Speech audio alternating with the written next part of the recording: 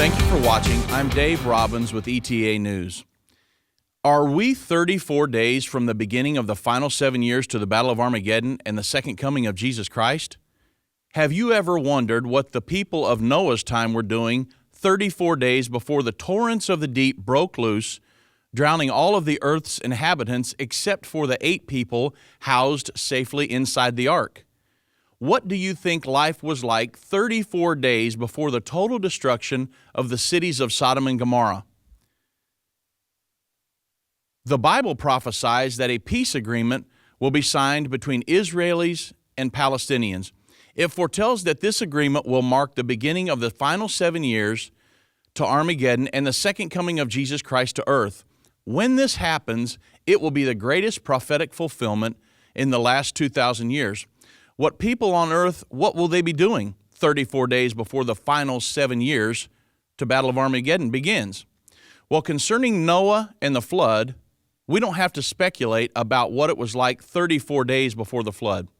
Scripture actually tells us what was going on. In Matthew 24, 38 through 39, describes the societal conditions right up until the day of the flood.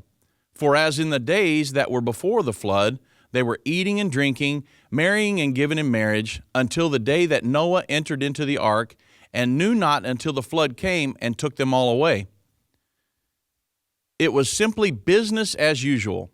As the human race approached this unprecedented apocalyptic tragedy, they were blissfully unaware of their impending doom. The destruction of Sodom.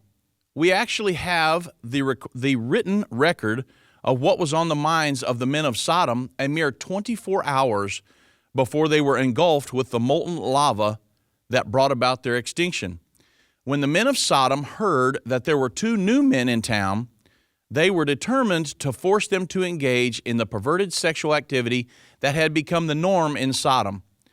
The men of Sodom banged on Lot's door, demanding that the 2 men, who were actually angels in human form, be brought out so that they could vent their unbridled lust upon them. Think of it, 24 hours before the final judgment and the end of their lives, all that the men of Sodom were worried about was satisfying their perverted desires.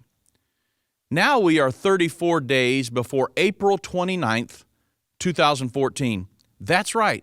We are just 34 days away from the deadline set by President Obama and U.S. Secretary of State John Kerry for the signing of a peace agreement in the Middle East. The Bible prophesies that the signing of this peace agreement will mark the beginning of the final 7 years to Armageddon and the second coming of Jesus Christ to earth. In this historic event, if this historic event happens on April 29th, it will be the greatest prophetic fulfillment in the last 2,000 years. It doesn't seem like we are approaching one of the greatest crossroads of all of history, does it? Our shopping malls are full, our restaurants are overflowing, the daily talk shows are filled with endless chatter about the latest sporting events and the upcoming rivalries. So if the greatest prophetic event in 2,000 years happens on April 29th, what will our reaction be? Oh yes, it will fill the news for a few days. Some will argue that we have just seen the greatest diplomatic achievement of our time and that John Kerry should actually be awarded the Nobel Peace Prize. But what should each individual's reaction be? Should this event ignite a worldwide spiritual awakening? Shouldn't people be seeking God as never before? Shouldn't those already saved launch the greatest effort toward world evangelism that has ever taken place? How are you living your life?